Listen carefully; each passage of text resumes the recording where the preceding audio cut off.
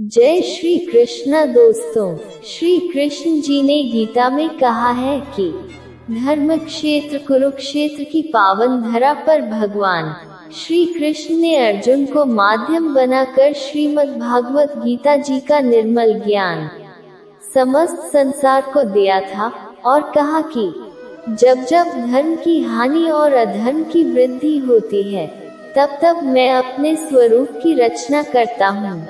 सर्वोच्च वास्तविकता उन लोगों की चेतना में प्रकट होती है जिन्होंने खुद को जीत लिया है, जो अपने कर्म के फल के प्रति आसक्ति को नहीं छोड़ सकते। वे मार्ग से कोसों दूर हैं। कोई भी इंसान जन्म से नहीं बल्कि अपने कर्मों से महान बनता है। जन्म लेने वाले की मृत्यु निश्चित है और मरने वाले का जन्म निश्चित है। इसीलिए जो अटल है, अपरिहार्य है, उसके विषय में तुमको शोक नहीं करना चाहिए। दो प्रकार के व्यक्ति इस संसार में स्वर्ग से भी ऊपर स्थित होते हैं।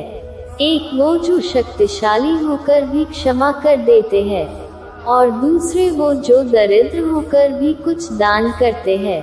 प्रेम शरीर या सुंदरता को देखकर नहीं होता है, प्रेम हृदय से होता है। जहाँ दो हृदय मिल जाए वही प्रेम जन्म लेता है। धरती पर जिस प्रकार मौसम में बदलाव आता है उसी प्रकार जीवन में भी सुख दुख आता जाता रहता है। मैं भूतकाल, वर्तमान और भविष्य काल के सभी जीवों को जानता हूँ, लेकिन वास्तविकता में मुझे कोई नहीं जानता है।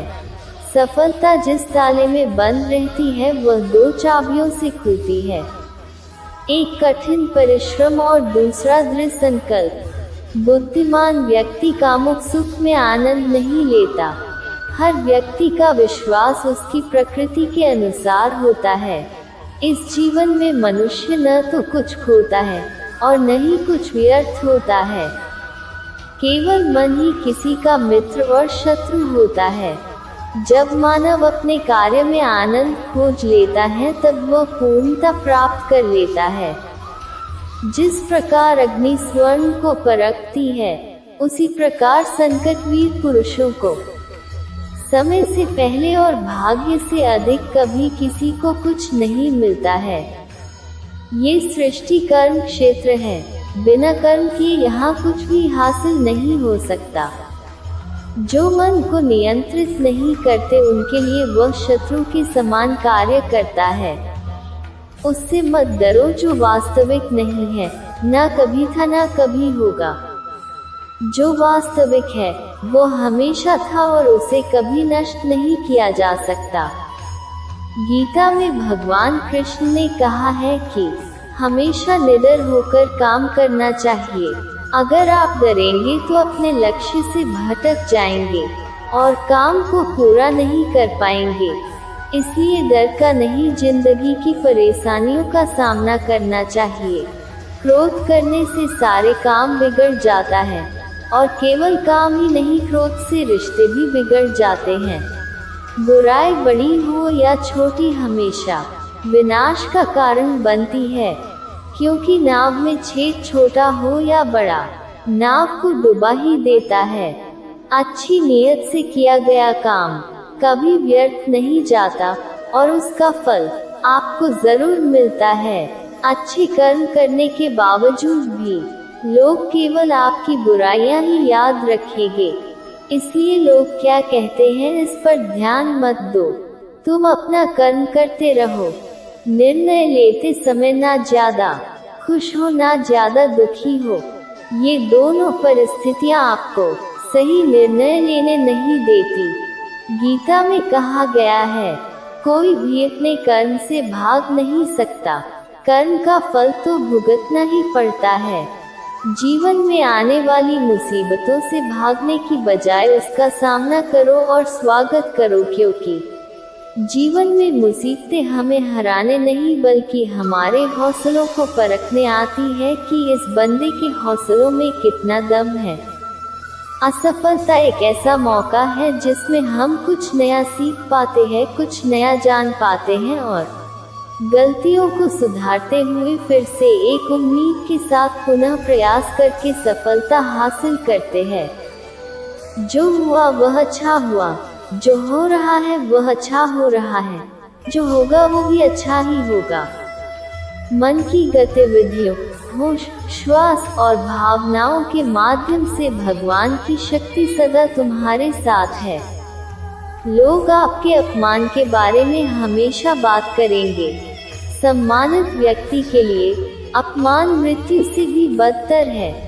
सफलता जिस ताले में बंद रहती है वह 2 चाबियों से खुलती है, एक कठिन परिश्रम और दूसरा दृढ़ संकल्प। किसी दूसरे के जीवन के साथ पूर्ण रूप से जीने से बेहतर है कि हम अपने स्वयं के भाग्य के अनुसार अपूर्ण जिएं।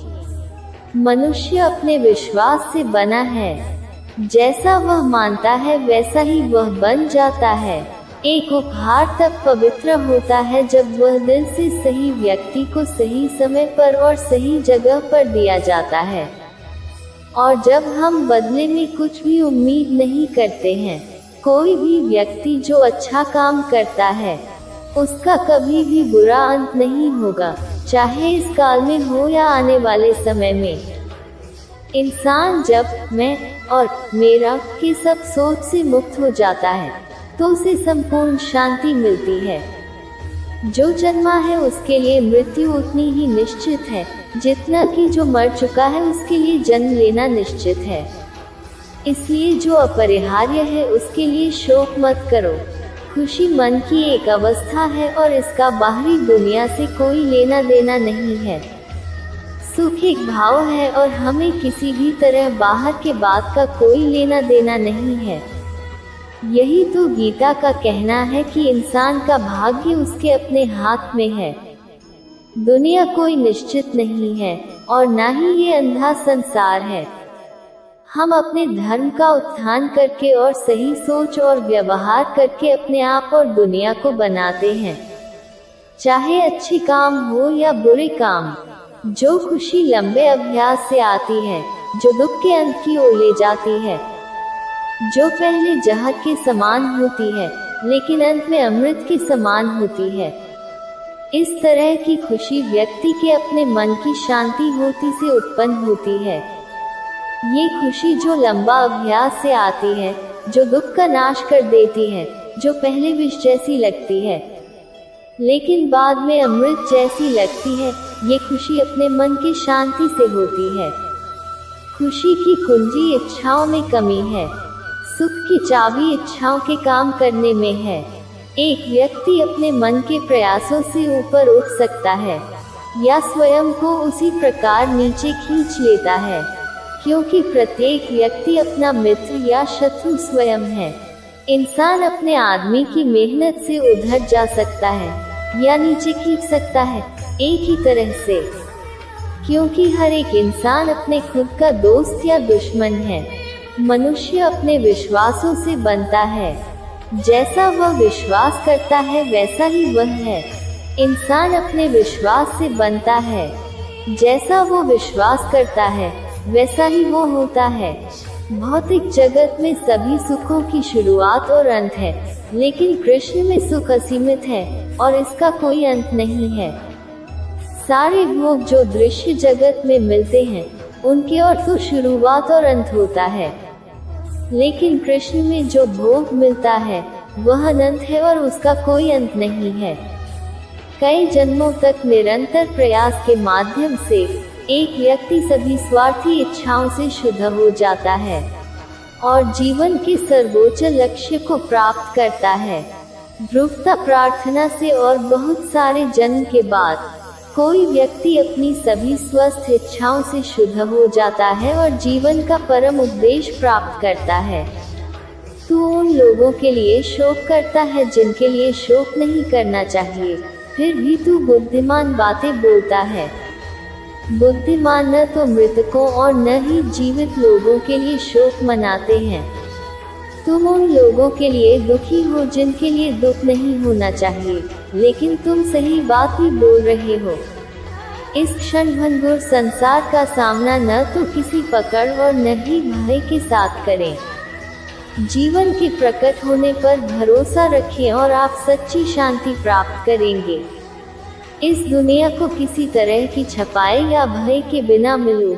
जीवन के विकास में भरोसा रखो और तुम सच्ची शांति को प्राप्त करोगे। देहधारी आत्मा अस्तित्व में शाश्वत, अविनाशी और अनंत है। केवल भौतिक शरीर वास्तव में नाशवान है। आत्मा जिस शखात्मक शरीर में है वह आदि से है, अष्टय है और अनंत है। बस शरीर ही होता है जो वास्तव में रूप से नश्वर होता है। जय श्री कृष्णा।